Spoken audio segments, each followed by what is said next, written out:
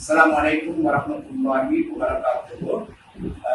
2025 12ஆம் மாதம் 3ஆம் தேதி, அதாவது புதன்கிழமை, நாங்கள் அனுராதபுர மாவட்டத்திலே நம்முடைய அனுராதபுர மாவட்ட மீட்டிங் காலையில் அழகான முறையில் நடைபெற்றது.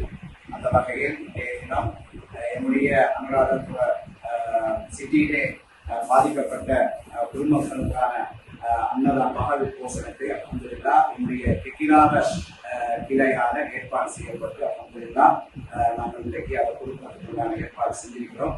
அந்த வகையில் அகில இலங்கை டிவிஷனமாவுக்கு என்னுடைய 7 டிவிஷன் அல்ஹம்துலில்லாஹ் அழகான முறையில் 8 டிவிஷனும் அழகான முறையில் அவங்க செயற்பாடுகளை செஞ்சு கொண்டு போறாங்க. அந்த வகையில் இன்றைய தினம் நாங்கள் கூட்டம் வேண்டி இந்த அன்னதானத்தை ஆண் போஷணத்தை தற்போது அனுராதபுரம் முஹிதீன் ஜும்மா பள்ளியில அதாவது வீடுகளை வந்து பொருட்கள் எல்லாம் வந்து பாதிக்கப்பட்ட மக்களுக்கு நாங்கள் தினம் சாப்பாடு ஏற்பாடு செஞ்சிருக்கிறோம். அந்த வகையில் இந்த செய்தியை தாய் சுமைக்கு மிக கனிவாக அறியப்பட்டிருக்கின்றோம்.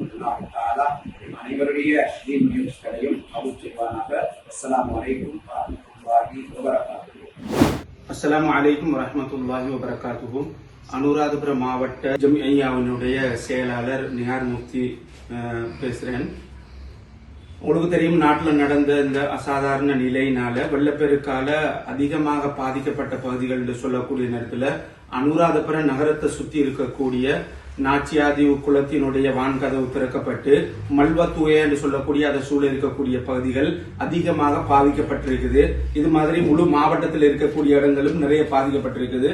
அனுராதபுரத்தில் ஜெயந்தி மாவட்ட, உதய மாவட்ட, கடத்திக, எஸ்எஸ்ரிபுர, கதிரேசன் கோவில், ஜெஃப்னா ஜங்ஷன், மிகுந்துபுர, இது போன்ற பகுதிகள் பாதிக்கப்பட்டு மக்கள் பள்ளியில, அதாவது அனுராதபுரம் டவுன் முஹிதீன் ஜும்மா பள்ளியில தங்க வைக்கப்பட்டிருக்கிறாங்க.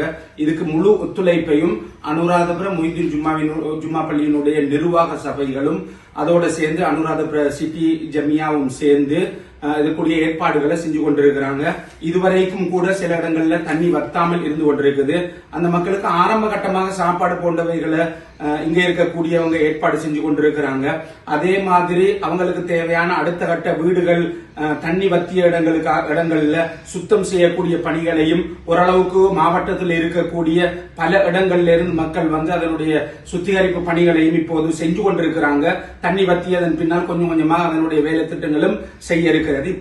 இப்போது மக்களுக்கு தேவையானது அவங்களுடைய அதிகமான பிள்ளைகளுடைய ஸ்கூல் ஆடைகள் பாதிக்கப்பட்டிருக்குது. தண்ணியில பாதிக்கப்பட்டு நனைஞ்சி அதை பாவிக்கிறதுக்கு முடியாத நிலைமைகள்ல இருக்குது.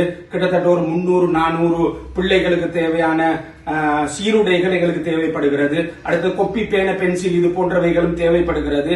அதே மாதிரி பாடசாலை பேக்குகளும் பிள்ளைகளுக்கு தேவைப்படுகிறது.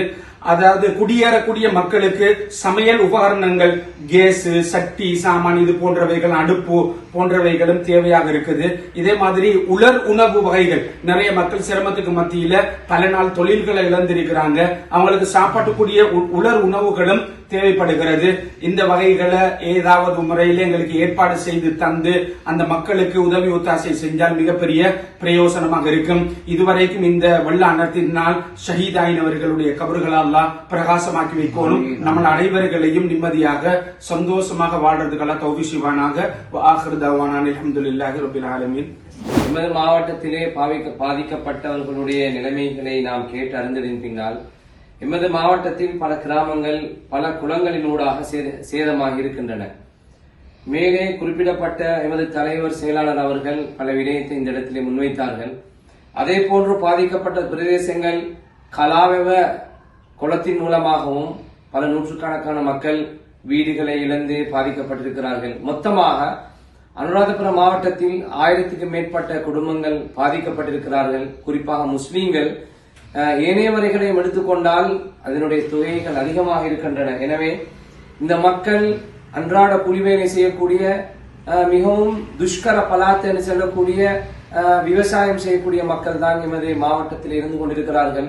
குறிப்பாக வீடுகளுக்கு செல்ல முடியாமல் வீட்டுக்குள்ளே களிமண் போன்ற களி, அதாவது சேறு புகுந்ததால மக்களுக்கு செல்ல முடியாமல் இருந்து கொண்டிருக்கின்றது. எனவே தாய் சபையினுடைய வழிகாட்டுதலுக்கு இணங்க நாங்கள் இன்ஷா அல்லாஹ் எமது மாவட்டத்திலே பாதிக்கப்பட்ட ஒவ்வொரு கிராமங்களுக்கும் சென்று நாங்கள் விசாரித்து அவர்களுடைய தேவைகளை பூர்த்தி செய்வதற்குரிய முயற்சிகளை நாங்கள் செய்து கொண்டிருக்கிறோம்.